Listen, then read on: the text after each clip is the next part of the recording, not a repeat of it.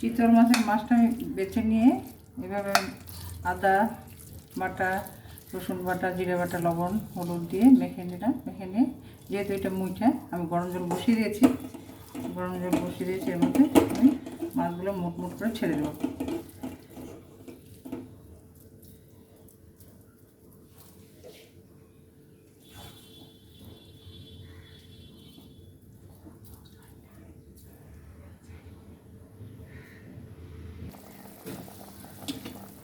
মুঠাগুলো আমার সিদ্ধ হয়ে গেছে, আমি তুলে নেব।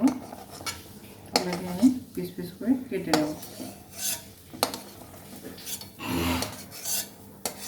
জলটা আমি ফেলে দেবো না, ছোটো ছোটো করে কেটে নিয়েছি। এরকম করে পিস পিস করে কেটে নেবেন।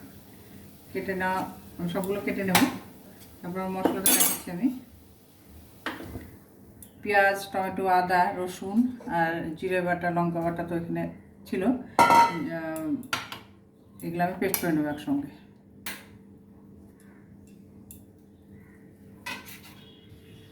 তেলটা আমার গরম হয়ে গেছে। মোটাগুলো আমি সব কেটে নিয়েছি, পিস পিস করে কেটে নিয়েছি। নুন হলুদ তো দেওয়াই আছে, মশলা দেওয়া আছে। এখন আমি ভেজে নেব।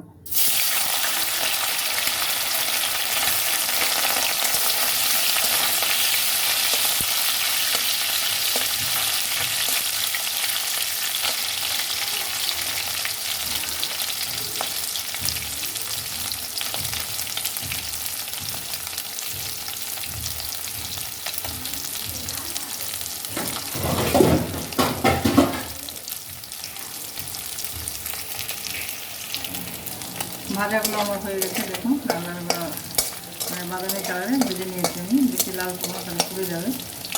এখন আমি তুলে নেব।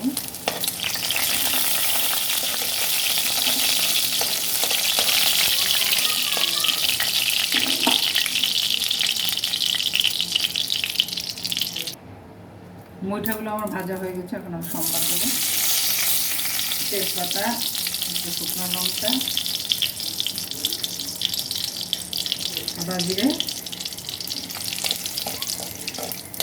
দিয়ে দিলাম।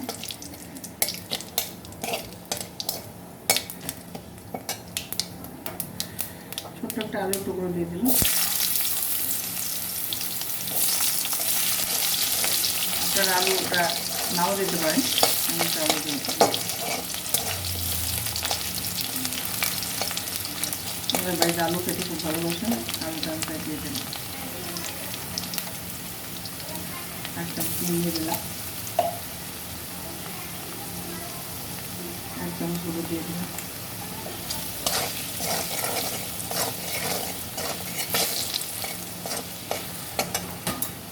কুচি করে পেঁয়াজ দিয়ে দিলাম।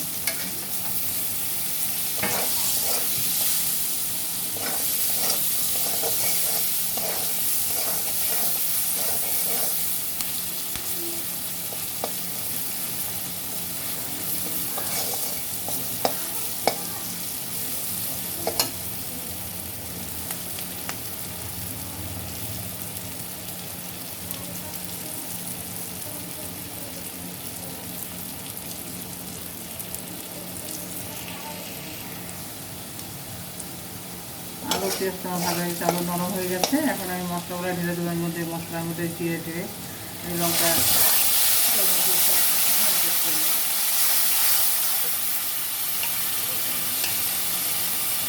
জিরে, ধনে, লঙ্কা, পেঁয়াজ, রসুন, আদা একসঙ্গে পেস্ট করে নিয়েছি। এখন আমি মশলাটা কষিয়ে নেব।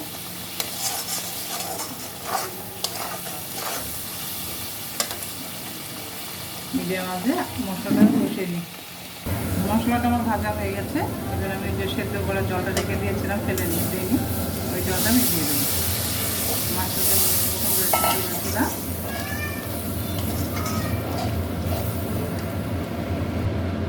জলটা দিয়ে দিলাম। জল ঢেলে দেওয়া হয়ে গেলো। একটু বেশি জল দেবো না, যেহেতু বইটা কষা কষা ভালো লাগবে। ফোটার জন্য একটু জল দিয়ে দেবো। ফুটে গেলে শুকিয়ে দেবে।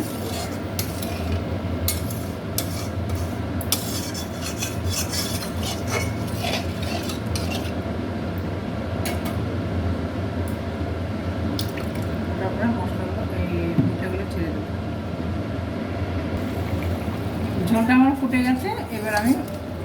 মুইটাগুলো ছেড়ে দেবো।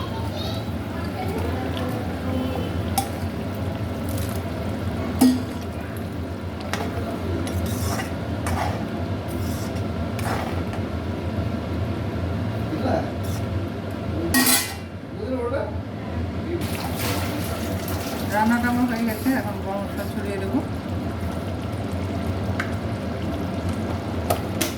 নামিয়ে দেবো এবার।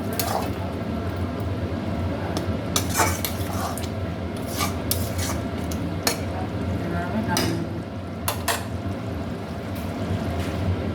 দেখুন মুইটাটা আমার হয়ে গেছে, আপনারা দেখে কমেন্ট করবেন কোথা থেকে দেখছেন, আমি তাহলে খুশি হব। নমস্কার।